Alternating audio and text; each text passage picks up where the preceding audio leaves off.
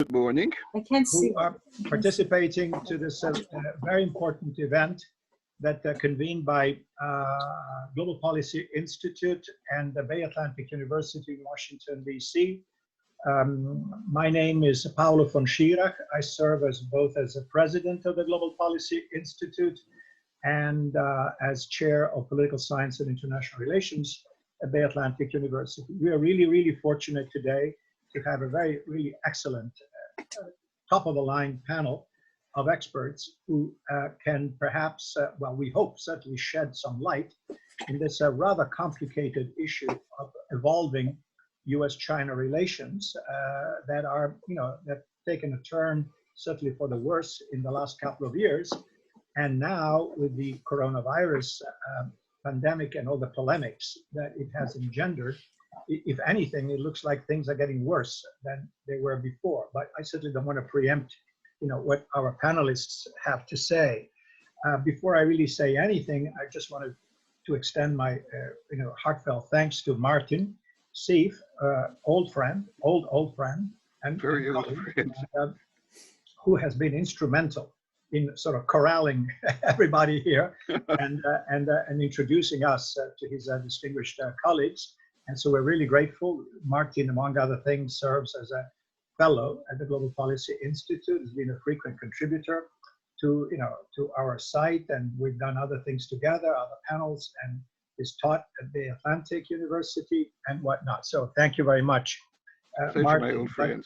But again, we're really pleased to have Gordon Chang with us, very distinguished author, expert, commentator.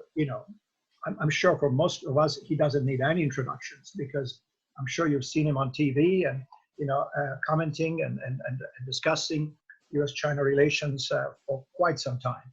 And again, author of many books and author of articles and essays and contributor to various media, etc. And then Brandon, who is half with us in a sense, because he is definitely with us, but he's having definitely with technical problems with his video. We hope they can be resolved, but he is he's got his own product, his own report, and he's a geopolitics expert, and again has worked with the other two panelists before.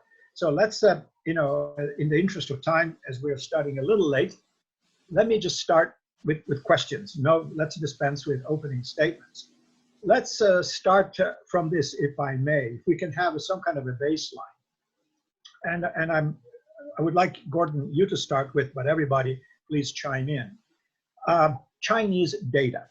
I'm fascinated as a rather layperson who's been to China, who's done things and that and the other, but the Chinese data. We get our measure of China based on, to some degree, based on numbers, and many of the numbers originate from within China: GDP growth, unemployment, investment, capital investments, this and that and the other. There are some questions about those numbers, and I think that will come back when we talk about COVID. What's your take on this? What are we really talking about? For some, this is sort of this irrepressible giant going from success to success, from victory to victory, and becoming this inevitable world leader in all respects, based on the ability of the Chinese economy to keep growing and growing, certainly faster than the rest of the world. Hello. Gordon. Yeah. So when we look at Chinese gross domestic product numbers, I believe that they are inflated. For instance, when you look at the first quarter, GDP growth was negative 6.8%, but that they don't get an A for honesty, even though that was the first quarterly decline since they started issuing quarterly numbers in 1992, because most people thought that the decline was steeper. So for instance, the China Beige Book, which is the widely followed survey, had assessed that the decline was 10%. When you look at some of the underlying indicators, I think it is probably even greater, maybe double the official numbers.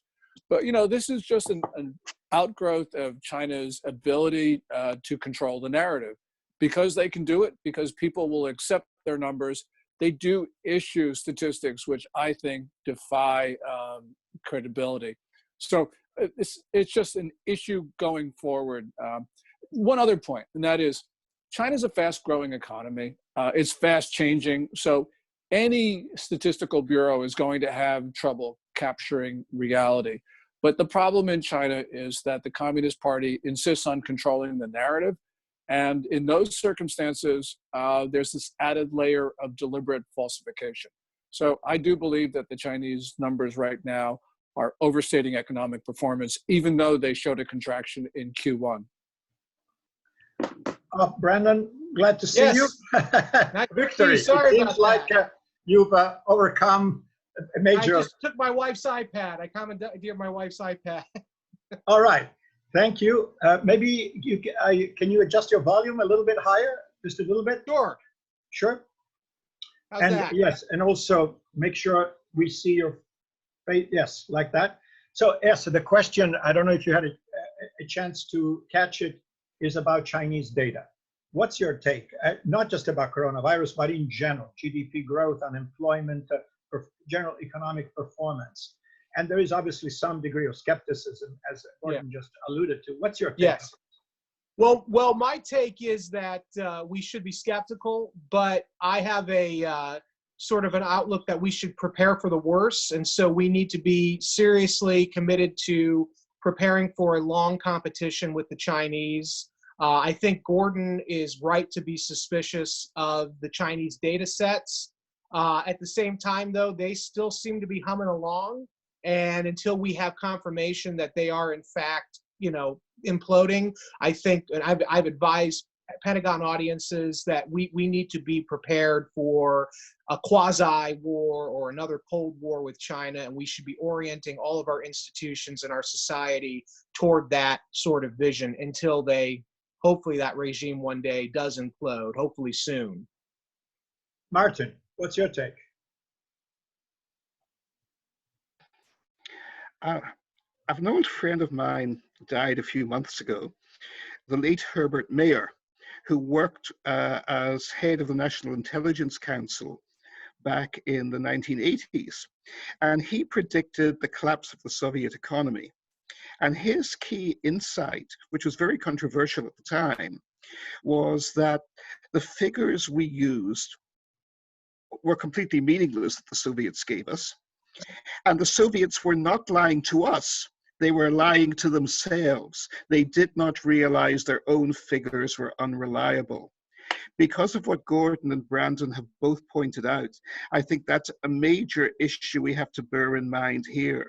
The degree to which the Chinese are even unconsciously censoring their own figures to make them look better than they are, and that they themselves are misled by the figures they generate. So there is a great deal of uncertainty there. The second factor I would add, and I think it's hugely important, is that global warming has crippled China over the past decade. It's forced them to invest enormously in Africa. Their enormous national water carrier program, which was not even geared to be seriously effective till 2030 and complete till 2050, is already recognized by them to have been an ecological, social, and economic catastrophe. It was an engineer's solution to nature's problems. It failed catastrophically. So they are facing major structural pressures even before this issue came. The third and last point I'd like to make is that the key to their growth, the tremendous growth over the past 40 years, has been the export-driven model. And the coronavirus, which ironically I believe, by accident and incompetence, but it clearly came from China. The coronavirus is now doing more than President Trump could ever dream of doing to break down global free trade and internationalism. That will not work for the Chinese anymore, not because of anti-Chinese prejudice around the world, but because of the economic recession we face and the fear of interdependency, which has been exposed by the crisis, they do not have the access anymore for the same scale of export-driven growth that they've taken for granted for so long. Okay, thank you for that. Let me ask kind of a different tack as we're trying to create some perspective here. Please, gentlemen, correct me if I'm wrong or if you have a different understanding here. My sense here from Washington is that we wanted to fall in love with China, right? This goes back, maybe it goes back to Nixon and Kissinger, although that was instrumental because it was put a wedge between China and the Soviet Union, etc. And of course, China was nothing economically at the time in the early 1970s. But then we really worked towards this engagement party, which was really celebrated, it seems to me, when China got accession to the WTO. And the perception at the time, the sort of the accepted narrative was, you see, they're coming to our side.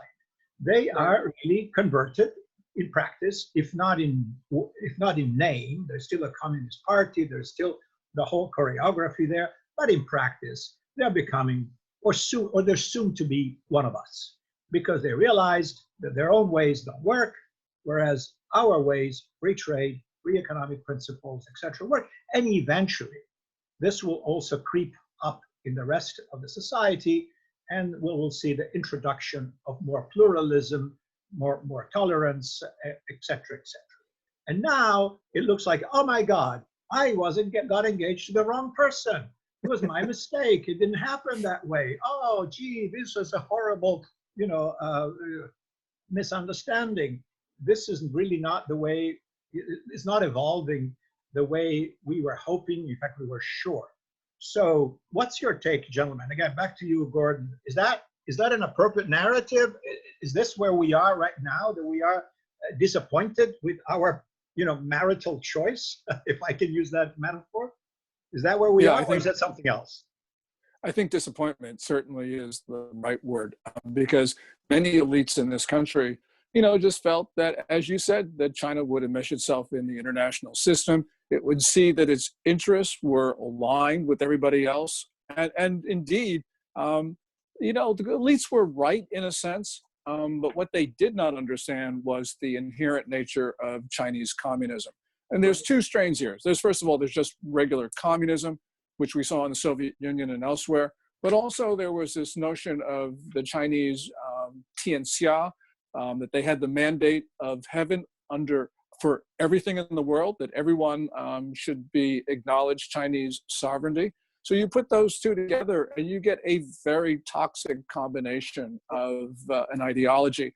And we should have understood that as this system in China strengthened itself, it certainly was going to become much more belligerent, hostile, and intolerant.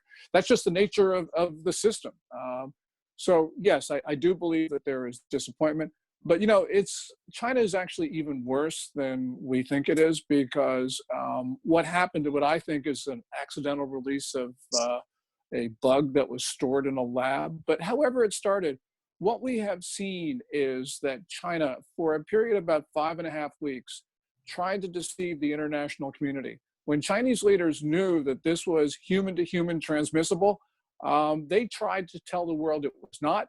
They then tried to pressure countries not to impose travel restrictions on arrivals from China.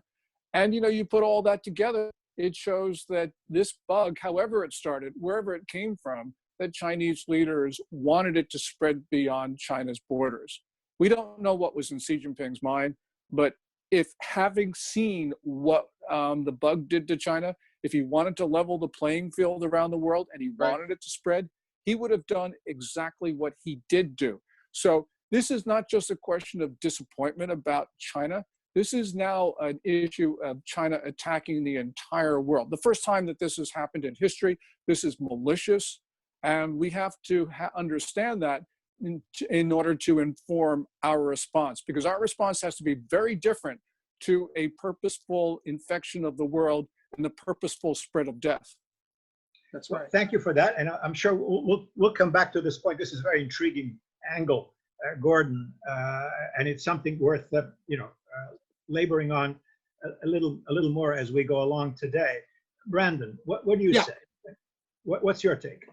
Well, my take is I think that we have been, I personally agree with Gordon, and I've said as much that I think this probably came from a lab. I think if you look at the linkages between the Wuhan Institute of Virology and others, with the NIH doing these joint studies going back years, I think, and sending their scientists over here and we sharing data with them, I think that they were doing some stuff with coronavirus that probably they shouldn't have been, and they didn't have proper containment, and it probably got released.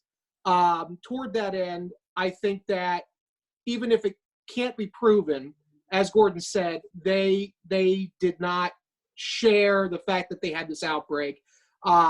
And I think that this constitutes a bioattack, either by omission or commission, and we need to start acting a little bit more boldly. I've said to try to really get this Quad 4 alliance going with Australia, Japan and India. It seems like the Australians are on board. I'm heartened to hear that Britain is finally rebuffing Chinese attempts to get 5G, Huawei 5G contracts in Great Britain. I think people who otherwise would not have been open to standing firmer against China and resisting the lure of their money, I think they're now starting to, because they see what happens when you do business with China, and that is you're going to get walked all over. And I think Gordon's right. I think Xi was trying to level the playing field. You look at it right now. For up until about a few days ago, we had no operational aircraft carrier in the Indo-Pacific. China was the only country that did.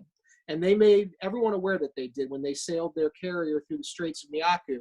And they're conducting these war games in the South China Sea. They're fortifying their islands, man-made islands in the South China Sea. Yeah. And they're clearly taking advantage of whether this was planned or not. They certainly are acting boldly. And this is Sun Tzu on display, taking the opportunity whenever it brings itself forward. And they just tested successfully their manned crew capsule that will eventually, they think, take them to the moon. I mean, there are developments afoot right now that the Chinese are just running around us. And, they seem to be benefiting very well from this. And so I think the United States needs to also push back with multilateral alliances and rehabilitating some of those Cold War era policies. Let me develop on this very point to you, Martin. So whatever the Chinese have done or not done, and it's very intriguing what Gordon has said, that essentially once they realized they had a big problem at home, they said, let's share the bounty. Let's share this wealth of the virus. Let's not tell anybody, and so it will spread all over the world, and we level the playing field. That's an interesting theory. I think. Who knows? Who knows if it's actually, correct? But what I wanted to go back to, Martin, is obviously the more how can I say confrontational approach taken by the Trump administration, which, as we all know, centered primarily on the issue of trade and the trade imbalance and all that, where economists differ, maybe saying, well, that's not really the right target, that's not the trade imbalance, but more the level playing field, all the obligations and the unfair obligations that Western investors are subjected to when they want to go into China. And then, of course, the litany of intellectual property theft, forced technology transfer, sectors of the economy that are closed to foreign investors because they're monopolized by state-owned enterprises or preferred, champions by so picked by the Communist Party. Here's my question to you, Martin, to the other panelists. Certainly, what Trump has managed to do, sorry, I not quite get to the question. What Trump has managed to do in a mysterious way is to essentially create a bipartisan coalition on this, which is really remarkable considering how divisive he is. But on this issue of China, there seems to be a pretty strong, I wouldn't say if it's unanimous, but there are strong, voices in the Democratic Party. I'm thinking, for instance, of Senator Warner of Virginia, who is the ranking member of the Senate Intelligence Committee, who is as vociferous, in spreading, sort of sounding the alarm on China, than as President Trump is. Here's my question to you, Martin, and to the others.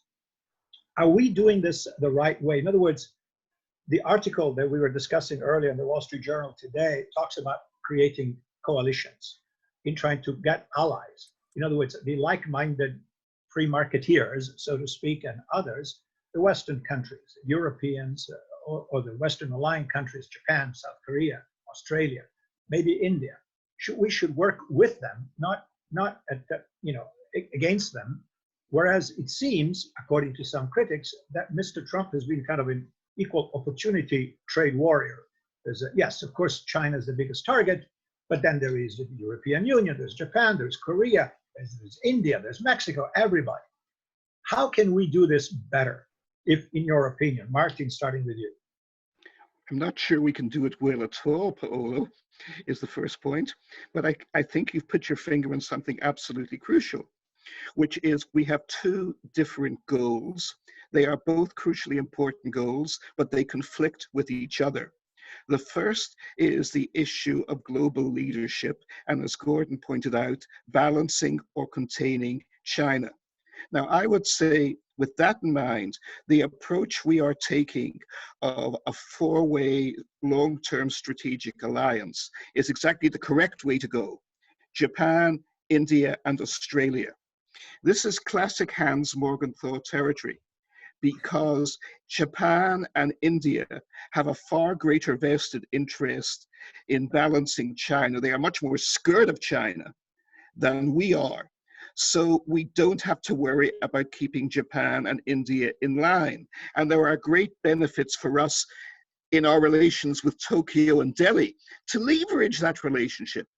And Australia has its own reason, wants good relations with China, but certainly wants to maintain its primacy relations with us too. They have their own alarms as well. So, and they've already proven repeatedly they're an outstanding ally for us. I think the Australian relationship, we don't take for granted, but we underestimate the value and benefit we get from it. That's at the strategic level. But where it conflicts is, as you say, the issue of regenerating the US industrial domestic economy, because Japan has been as much a figure to benefit from that as China has been. Now, it is insane for us to alienate both China and Japan. And really, President Trump does seem to realize this. And he has very good personal relations, outstanding ones actually, with Prime Minister Abe in Tokyo. But the issue of regenerating the American domestic economy automatically conflicts with the issue of doing what India and Japan want. India especially is not automatically in our corner. They have excellent relations with us. They are scared of the Chinese. All of this is true. But for half a century, their primary security relationship has been with the Soviet Union or Russia. And that remains the case to this day. India to this day will not share with the United States its cruise missile technology. And their cruise missiles fly 3 times faster than ours because they are built with Russian technology, and India will not share it with the United States. So we have to bear that in mind. Again, we're back in Hans Morgenthau territory.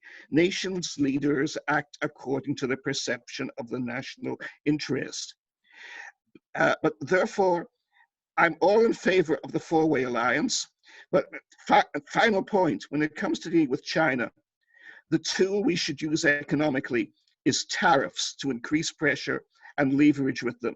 I'm totally opposed to sanctions, because sanctions at this level will invariably backfire and will drive people out of our orbit rather than in them. Yeah. We should ignore sanctions and we should embrace tariffs.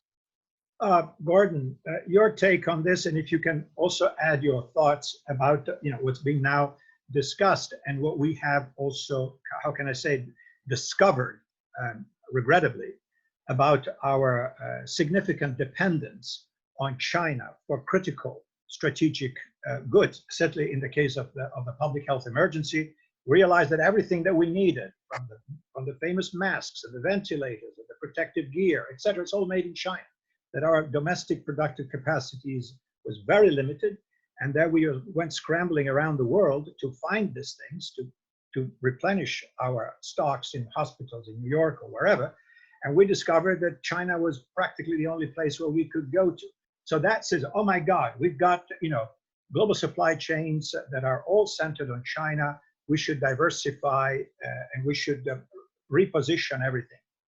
Do you think that there is a consensus, Gordon, on this, and that this is kind of doable? I mean, this stuff is complicated, right? It takes years to put together supply chains. Can we just undo them and redo them in another place? And is that a meaningful objective that we should pursue, Gordon? Well, certainly a meaningful objective is that we get our supply chains out of China, that we reduce our vulnerability to a hostile communist state. So that's something that we absolutely have to do. How can we do this? How long will we do it? Those are different issues, and that will vary industry by industry. But our critical vulnerability right now, as you point out, is pharmaceuticals. That is going to take some time to get pharmaceutical companies to get their factories off of Chinese soil, or at least to manufacture sufficient facilities to pharmaceuticals in our own country, so that take care of the critical needs of Americans. That, I think there's broad general view that we should do that, but we got to remember that Peter Navarro, the president's trade advisor, has been talking now for about 2 months about an executive order. And that executive order has still not been signed by the president. And the reason is that there's infighting at the top of the administration. Trade groups, pharmaceutical companies have been resisting that executive order, which would probably require or prohibit the federal government from using money to buy pharmaceuticals from China, which would seem to be something that would be elemental, but it's still taking a long time. Got to remember, this is an election year, and President Trump is probably not going to want to do those things that could undermine his prospects for victory in November. So yes, we've definitely got to do it. But I think that when we step back, though, this is not just a question of what we want or what we can do. It's what the Chinese are pushing the world to do. So Beijing is driving this with its wolf diplomacy, as they call it. They are forcing countries to reduce their vulnerability to China. I agree with your general view that the U.S. needs to have stronger alliances to contain China. But the United States is not as bad as most people think in this regard, because you got to remember that President Trump did renegotiate NAFTA, USMCA. He's talking with the Europeans about a free trade agreement. He's obviously talking with Britain about an FTA for the post-Brexit United Kingdom. And we've discussed these issues with Japan, where there will eventually be an agreement there. And of course, he renegotiated KORUS, the agreement with South Korea. So it's not like President Trump has turned his back on all these countries. As Martin has said, the first priority is to increase the U.S. ability to manufacture at home. And that, of course, does undercut the ability to strengthen alliances. But he is doing both things at the same time. And he is aided by China, which is just telling everybody in the world that it's, as you started out by saying, it's disappointment. And this is something that is going to be, I think, the dominant motive, the dominant primary factor in driving countries to do the right thing. Right. Thank you. Brandon, your take on this and also on the, how can I say, on the prospect of building on what Gordon just mentioned, that is rekindling strong connections among like-minded liberal democracies in the West. Well, I think that China in this effort is our best friend to rekindle the alliances, because, as Gordon just said, they've shown their true colors. I never believed that Australia would turn as vociferously against China as it has, and it doesn't seem to be abating. Germany even was sort of sticking it to China recently in basically demanding an apology from Beijing for their mishandling of the coronavirus outbreak. And Germany is very friendly with China. So I think there is glimmers of hopes. And what we need to do is basically build off this momentum. As I said earlier, China's building off of whatever strategic momentum they've generated through this crisis. And so we should be doing the same. With tariffs, I'm generally in agreement with Marty on this. I think that that's probably the best way to go. I've also said that we should probably look at doing things like enhancing the Foreign Corrupt Practices Act, to make it more difficult for companies to do tech transfers, to do sort of the criminalize or make it harder for our Google to go over and do AI research, for instance. Something that we've learned that I've been tracking for a few years now is U.S. biotech investment in China. So it's a lot easier to do certain high-risk R&D programs in China than it is in the United States. And so rather than just not do the research at all, many of these American biotech firms are uprooting and going over and partnering with a Chinese state-owned enterprise or a Chinese lab, which is how they're now able to get these sort of freakish experiments going. We need to make that harder for these companies to do.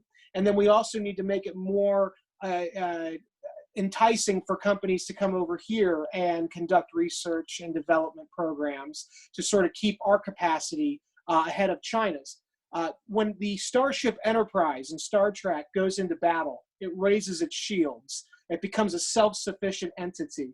I think for a while now, we've not had our shields up. And I think part of the sort of Trump program of trying to bring back as much capabilities as possible from abroad is akin to raising the shields. We're in an age of not just great state rivalry, but super state rivalry. The United States is a continental-sized power. China's a massive geographical land, territory. Russia's another competitor with a large territory. And so we need to start using the size to our advantage. And that means bringing capacity back and rallying those countries that are like-minded to our cause. And we need to do more. On this, along similar lines, for all of you gentlemen, starting with you, Gordon, the Belt and Road, initiative. My God, this looked like this grandiose plan of creating this huge, modern, super efficient network of infrastructure projects spanning, out from China into Central Asia and all into the Indian Ocean and Europe and Venice, among other places. I don't know. How is that going? In other words, and people say, oh my, look at that. The Chinese can do it because they've got this huge vision of what will become essentially a China-centric world trading system. How is that going, the Belt and Road? I mean, what's the buy-in? What is the actual, are we beginning to see, I know it's early in the game, but are we beginning to see real benefits coming out of these huge infrastructure projects? Gordon. Yeah, I've really never been that worried about Belt and Road, because what China was doing really was building infrastructure that the private sector wouldn't touch. So what they had decided to do for geopolitical purposes is to create this transportation network, but it's not really supported by the market. And what we are witnessing right now, especially in Africa, are countries not being able to meet their commitments. Now, it means, of course, that China takes over infrastructure, but it's infrastructure that is uneconomic. So I think that a lot of the worry about Belt and Road is going to disappear as China is trapped by its own debt trap diplomacy, as they call it. Yes, the debtors are trapped by it, but so are the creditors. So this is, I think, going to be less of an advantage for China. Now, that's not to say that China isn't going to make some gains out of this. For instance, we see in Greece, for instance, they have been able to take over the port of Piraeus. They've been able to do some other things. But this is not going to be, I think, a long-term winner for China. Got to remember, somebody here just mentioned climate change. I guess it was Marty. Climate change takes one half of the Belt and Road and makes it completely uneconomic. That is the belt portion of it, which is the land route between China and Europe through Central Asia. Got to remember that the Arctic ice cap is retreating. The big shipping companies have been doing trial runs across the north coast of Russia. Within 5 years, when this route is actually opened, we are going to see by boat transportation between China and Europe, which is as fast as the railroad, which is, in other words, as fast as the belt portion of it, but it's going to be so much cheaper because it's going to be by sea. Right. That means China's investments through Central Asia are only going to benefit it to the extent that they can exploit markets such as in Kazakhstan and elsewhere. But I'm not trying to downplay that, but the investment that China is putting is so much greater than what they can get from selling goods through Central Asia. So this is, I think, long-term, something that China is not going to benefit from. Two other caveats. First of all, there is the Digital Silk Road. That initiative was mentioned in 2017. That scares me because that's Huawei, that's 5G, fifth generation of wireless networks, that's the Internet of Things. We certainly don't want Huawei dominating telecommunications because that gives China an enormous lead in artificial intelligence. Second thing, the Chinese are building a container port in Bahamas, about 87 miles east of Palm Beach. That could easily, because it's like a $3.4 billion or so investment, completely uneconomic. You're going to see the Bahamas default on that. You're going to see China take it over. It's going to become a Chinese military base within 100 miles of the Florida coast. That, of course, concerns me. But when we look at the overall objective, I think China is very much at a point where it cannot support Belt and Road. It's got an economy right now that it's at is picking up a little bit in the second quarter, but it won't be able to sustain this and other initiatives. So, to the extent that China throw money into bad projects, I'm all for it. Indeed. But yes, and so for you, Brandon and Martin, what I'm trying to get to is this. China has really done its best, it seems, under President Xi Jinping, to not only to say we are competitive, but we go one better. Our system is better than yours. It works better. And indeed, if you are in Ethiopia or in other places, it kind of rings very nice. So you can be both an autocracy and prosperous. Doesn't that look nice? Can we do that too, please? And of course, the Chinese are willing to oblige and showing them how to do it. But to the extent that these grandiose programs, including, of course, starring Belt and Road, kind of fizzle, or at least don't look as promising as they did when they were launched, that the aura of appeal of the Chinese alternative model, it seems to me that it fades a bit. Are we already there, or are we kind of getting there? So people are getting wise and say, you know what? This may not be this superior formula that we thought it was. Brandon. Well, it depends. I definitely think there's a slowdown in the Belt and Road, and we were seeing this before the coronavirus even. I'm probably more concerned about it than Gordon, just because of sort of the geopolitical linkages that this has created. You're seeing sort of the world balkanizing into a sort of a league of autocracies versus a league of democracies.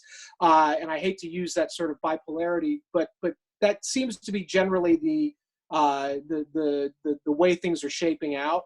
And I think that the Belt and Road Initiative allows China to have a lot of geopolitical impacts, exactly as you said, where they're able to sort of rally these otherwise failing autocracies and give them another breath of life. And we saw this with Mugabe in Zimbabwe, which is not really that important to the U.S., but the fact that that regime was able to continue on because of Chinese money and support, it's a problem, especially when we see China has, not as much as Russia, but has supported the Chavismo regime in Venezuela under Maduro. And I often wonder, without the sort of financial backing that China's provided these regimes, might they have fallen sooner? Might it have allowed us to have a little bit more geopolitical wiggle room from Washington's perspective? And so in that way, I worry about China's geopolitical outreach. It's not so much about economics with China. I heard a leading Chinese professor say once that Americans look at mankind as Homo economicus, whereas we Chinese look at man as Homo politicus.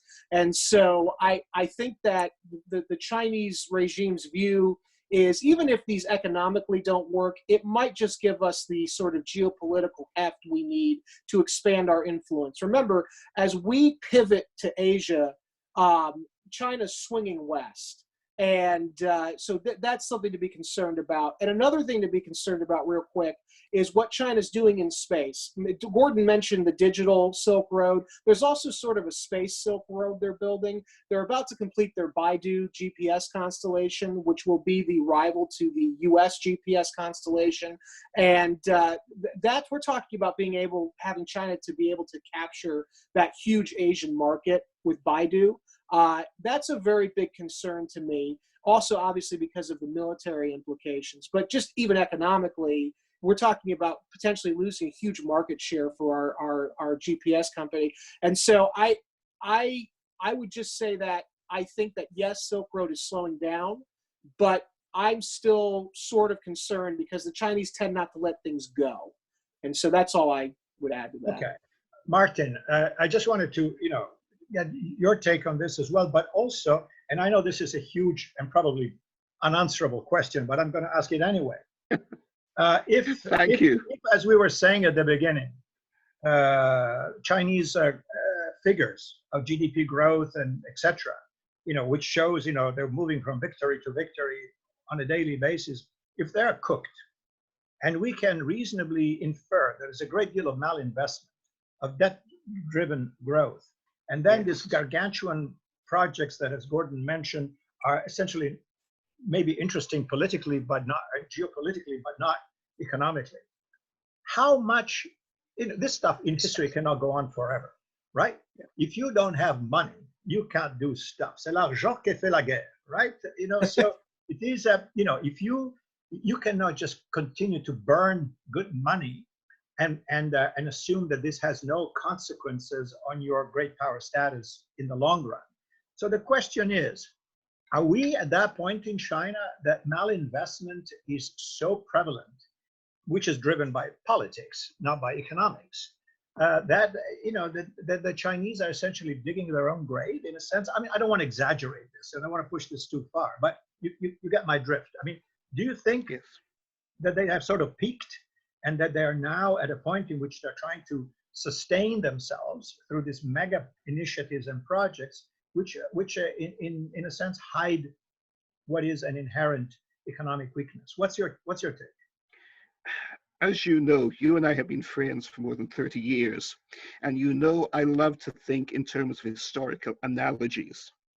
The parallel for China now is the United States in 1928. The Wall Street crash came. The Shanghai crash is coming.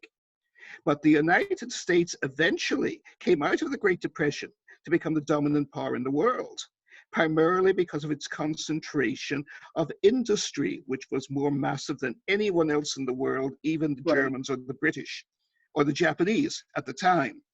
So I am not digging China's grave, not for a moment. But I do believe the financial system in Shanghai is extremely close to collapsing. Gordon, I think, it's in a way, it's presumptuous of me to speak on this with Gordon on the panel. He's done more pioneering work on this than anyone else in the world. We don't know when it will come, first point, but it has to come. Secondly, Brandon again made a very key point on the Silk Road Initiative. And it's this: strategically, it's hugely important and even alarming. To me, the parallel with the Silk Road, everyone says the Marshall Plan. No, it is not. The parallel with the Silk Road is the deal that Winston Churchill made with Franklin Roosevelt in 1940 to give all those naval bases or potential naval bases to the United States. It is building strategic infrastructure. That is the real significance and threat to us and the Europeans, and even the Russians, of the Silk Road. In a way, the Russians are more a threat from this, for obvious reasons, because they're in line of it, than the Europeans or we are. Very important point. But the one point I add to this is, they're not Supermen, as Gordon said. And to me, the key Achilles heel, the key weakness, Superman had kryptonite, remember? His vulnerable weakness. The Chinese kryptonite is Shanghai, the stock market. After 40 years, they have failed to produce a system that can compete with Wall Street. The rulers still think like engineers and communists. I mentioned before the fiasco, the catastrophe of the National Water Carrier Program, which is the largest construction program in human history by far, and is already not just a failure, but it backfired. Catastrophe. Silk Road, the same. Why? Because Wall Street and the City of London can turn on a dime. They can turn on, they react fast. They see an opportunity in Sun Tzu terms, like Brandon said, there's money in fracking, we're into fracking. Prices rise, there's no money in fracking, we pull the money out of fracking. That's America. That's our resilience. That's our ultimate secret. The way the real free market works. The Chinese do not dare go that route because of the authoritarian nature of the political oversystem. And therefore, they invest ponderously long-term. They think too long-term. We're always accused in America of thinking too short-term. That's usually nonsense. It's the people who think, look, Hitler thought long-term. How long did this 1,000-year Reich last? Well, duh, right? Communism was supposed to outthink us. Look how long they lasted, right? Short-term lasts in the long term. They don't have that. They cannot adapt to a changing world and to changing circumstances, which is why economically, as Brandon said, Silk Road is dead on its feet. Gordon, to you, because unfortunately we are approaching the end of the time that we had for ourselves today. I just wanted to ask you, and you alluded to that, at the very beginning in your comments on the handling of the coronavirus, which after all is, what's in everybody's mind these days. So that is a bad indication of good faith or lack thereof on the part of the Chinese leaders. So as we are trying to think of a post-corona environment, and I know maybe it's wishful thinking, because until there's a vaccine, we all know that this is going to be with us in one form or another. And this is a pretty dreadful situation. But let's think about, kind of a post-COVID realignment. And let's think about the way in which, some of the things we've been discussing today, restructuring of global supply chains, building of alliances, new coalitions of the willing, Western powers being more leery as a minimum, if not, outright suspicious about China's endgame. Let me throw here also other variables that now have really receded into the background. Hong Kong and Taiwan, that are clearly a thorn in the side of China. By the way, for whatever it's worth, and I don't know, you guys are the experts, but Taiwan seems to have done a pretty damn good job at containing coronavirus, because apparently they had a plan, a real and a good one. Again, I'm not speculating on things that I'm really, go way beyond my expertise. But regarding Taiwan and the problem that it represents for China, and of course, Hong Kong, we forget about the daily demonstrations for months and months, and the inability of China to really make this go away. We know that now, under the, how can I say, the cover of coronavirus, they're arresting people in Hong Kong, etc. But is that just an irritant for Beijing? I mean, just small problems that they can kind of contain and deal with? Or are they concerned in China about sort of more deeper corrosive influence that may come from pieces of China that are operating according to different principles? Gordon. Yeah, the problem for China is that the peripheral areas are trying to get out from under the People's Republic. And so Hong Kong represents, at least in the minds of Chinese leaders, it represents an existential threat. Although, of course, we and other people wouldn't agree with that assessment. But the thing in Hong Kong right now is that the protests are starting back up again as the virus subsides and as something else is occurring. China is driving this because for the last 2-3 weeks, Beijing has made a renewed push to totally control Hong Kong. They have tried to attack the legal basis of Hong Kong's autonomy.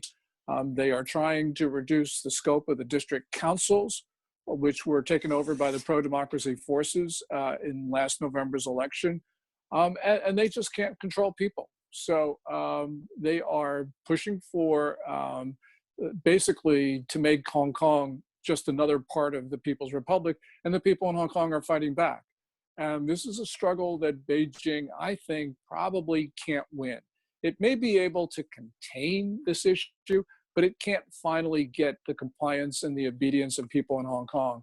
And so essentially this is, for them, I think, a open sore, because people are going to start to say about a year from now, if China is so mighty, how come they can't deal with Hong Kong, which is only, what, 7.4 million people, as opposed to 1.4 billion or so in the mainland.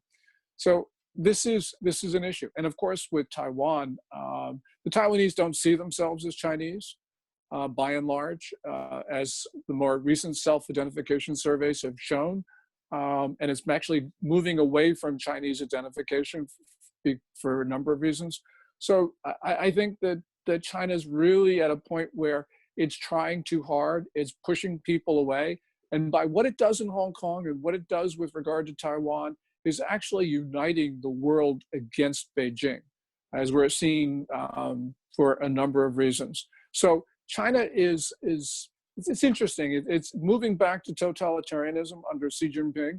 I don't think we can call it authoritarian anymore. It may not be full-on totalitarian, but nonetheless, that's the direction it's moving. That's the direction that very much the world doesn't want to see. And it's what the Chinese people don't want to see. And it's going to undermine China's economic effectiveness. So you put all that together, Beijing is just moving in every wrong direction. It is doing things to make itself weaker. It is doing things to make itself less attractive to others. So under Xi Jinping, this is a very bad story. It can lash out. And this coronavirus is, I think, the trigger, because you got an economy which is still contracting. You've got a society that's white hot angry, and there is nothing that Xi Jinping can do about this. As we're getting close to our time, to the end of our time, gentlemen, since our trying to reconnect everything with coronavirus, from the standpoint of public relations, it seemed maybe until a month ago that China was doing okay. They said, yeah, we had this problem, but we licked it. We've been decisive and forceful. It's done. We're finished. We have defeated coronavirus, and now we're here ready to lend our helping hand to the world, and we're sending our experts around the world so that they can guide the fools that don't know how things are done properly, and we give them everything, and we provide equipment and blah, blah, blah.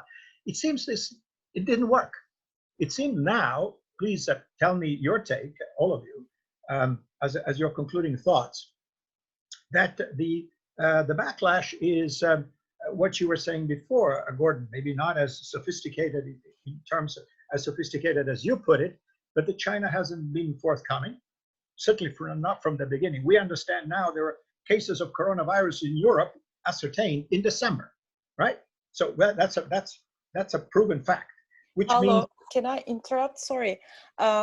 As we are reaching to the end, can you please ask the questions in the chat box from the participants? You can connect this question of yours with one of the participants, Mr. Ken Mayercourt. He's also asking about the numbers in China. Sure, yes.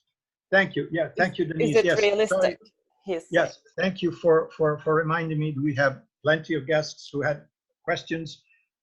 Indeed, and no disrespect to all of you who have intervened. We appreciate that, and your participation. So yes, as some participants are asking, my question and their question really is our audience question is in the end, it looks like the propaganda effort has kind of fizzled. That's my impression. But again, I may be wrong, and maybe in different countries the perception is different.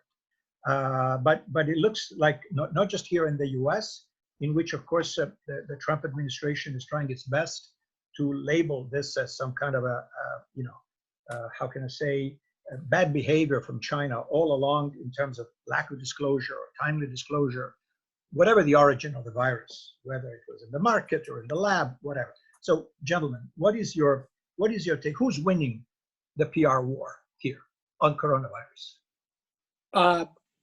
Well, I think that the jury's still out. I think that it's still ongoing. The information war is still very much going on. I think the fact that we have these competitive responses coming from places like Germany and Australia against China indicates that people are not 100% on board with the Chinese narrative, especially as we see cases still propagating of the disease throughout China. They haven't necessarily stopped it.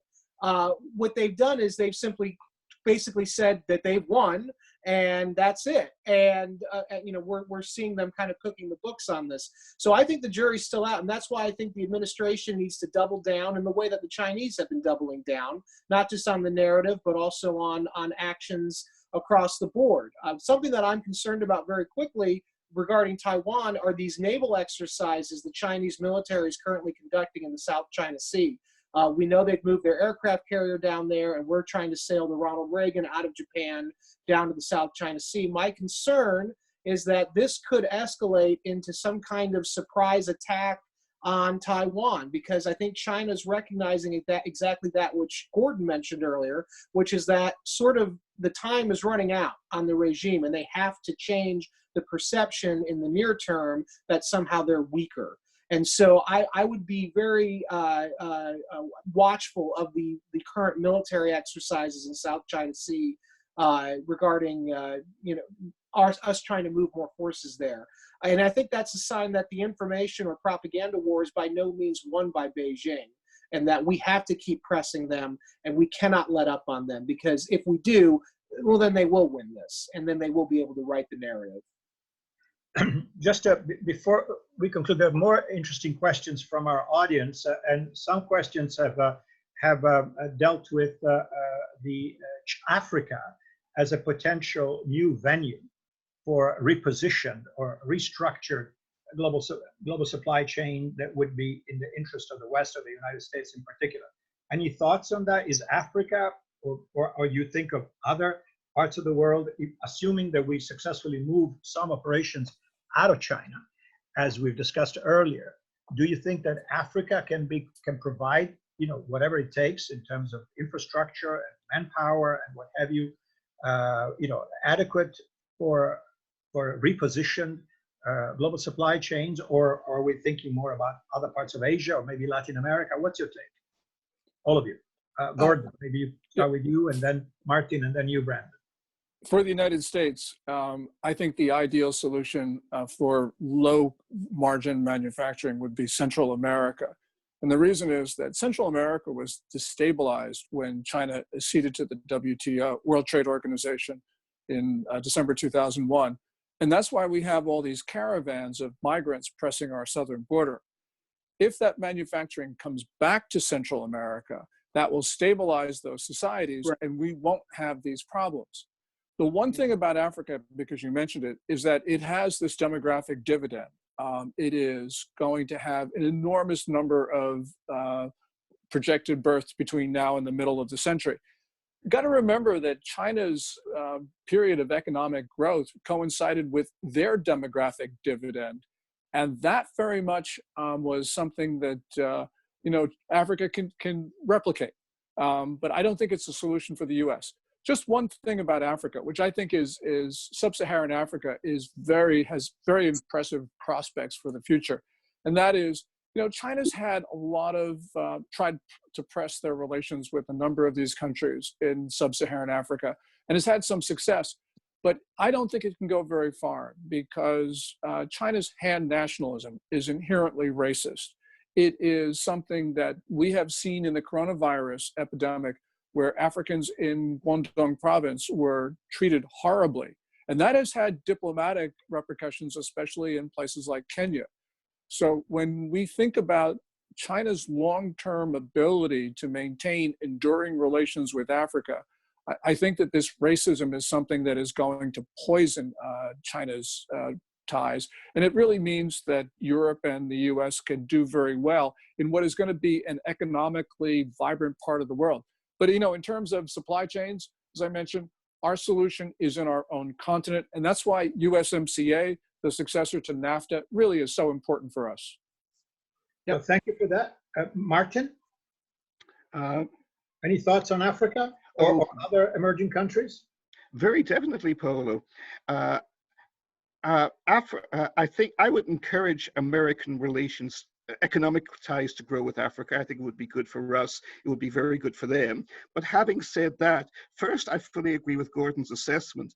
Our natural area of growth, which would have enormous strategic positive value for us, is with Central America, with putting investment in there, with stabilizing Central America. And that will also ease the pressure on Mexico. The Mexican economy in the long term is not just sound, it has enormous potential. It's on line to be one of the top 10 GDPs in the world within the next 10 years. We take Mexico for granted. We only look at the problems. We don't look at the areas where we need to focus on success in Mexico and with Mexico. But as far as Africa goes, there are two big problems they have. The first is that they are structured for 20 years to provide food for China. If they're not doing that because of their own demographic growth, as Gordon said, that food can be switched to feeding their own population. The emphasis in Africa should be on free market economics in potential growth areas. South Africa is currently doing very badly because its government really doesn't know where it's coming from. But South Africa, Nigeria, and Kenya are the three great potential economic locomotives for Africa. And we should prioritize encouraging investment in those areas. We should not pour endless money and resources into black holes. It never does any good at all, and it distracts us. You always back winners. This basic principle of free market investment, Jesus teaches it in the Gospels. It's very old. It's well established.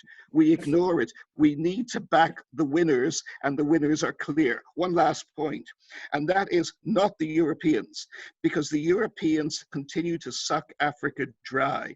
The big players are Germany, France, and Belgium, believe it or not. The British are our natural allies on this.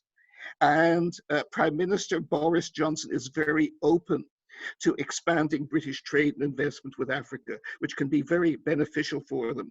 We in America are so used to attacking ourselves that we don't realize that not only are we not usually the main problem, but other people are. We need to recognize this in Africa because the Africans see it. They want better relations with us. Right.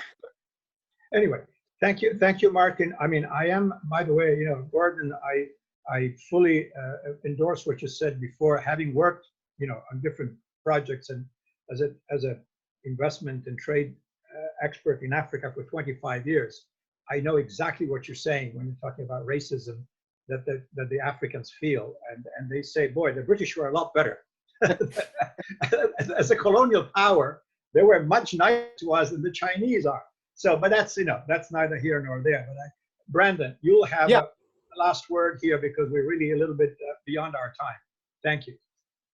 Well, thank you. No, I think that Vietnam, Central America, Mexico, these are the countries to look for in terms of diversifying the supply chain. I think that what Gordon and Marty said, I think they're 100% correct on that. People mention India. The problem with India is its infrastructure. And so I don't know if they're going to be able to overcome their infrastructure woes in the near term to become a viable alternative to Chinese production. And obviously, whatever we can bring back here would be great to the United States. But I believe that it is essential that we diversify. We talk about a mosaic defense in the defense community. I think we need a mosaic defense and trade policy, and that is absolutely diversification in terms of supply chain issues. We have to get out of China. We have to stop using them, and I think that we will. And I think that's where it's headed. Well, gentlemen, thank you very, very much for this interested and spirited discussion. I think, not to be too presumptuous, but I think with a certain consensus within the panel that relations are not going to get better very soon, unless there's some kind of miracle in Beijing, which I don't think it's forthcoming, at least in the next few months.